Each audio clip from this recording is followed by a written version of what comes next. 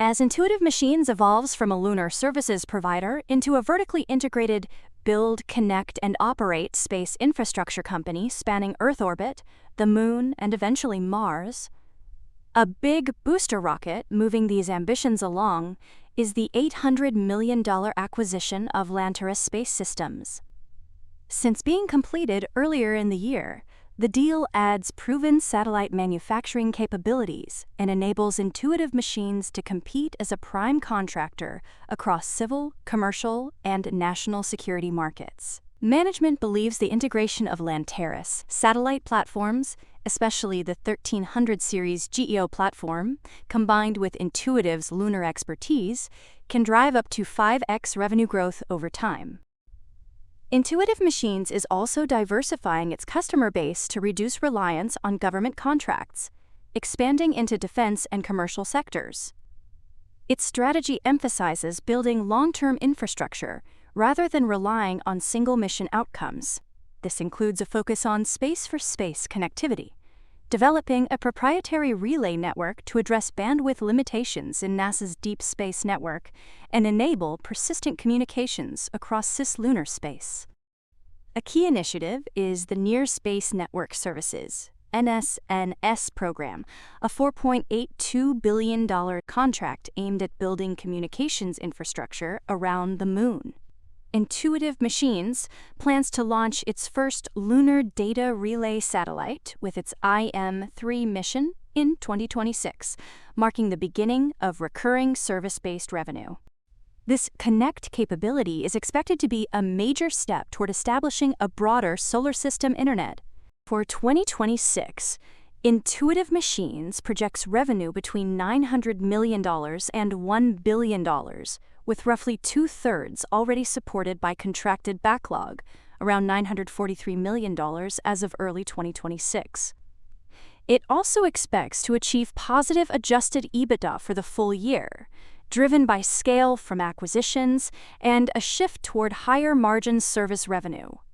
Financially, Q4 2025 revenue was $44.8 million, primarily from NASA-related programs such as CLPS, OMS-3, and NSNS. A 19% gross margin signaled improvement over the year, along with reduced free cash flow usage to $56 million, an $11.7 million improvement year over year. However, results were impacted by $10.8 million in one-time acquisition costs. To support its expansion, Intuitive Machines raised $175 million in equity in early 2026, following a $450 million cash outlay for the LUNR acquisition. Through LUNR, L3Harris selected Intuitive Machines to support the Space Development Agency's Tranche 3 tracking layer, where it will build 18 spacecraft for missile tracking. Intuitive Machines is also involved in a $151 billion ceiling contract with the Missile Defense Agency, SHIELD, IDIQ.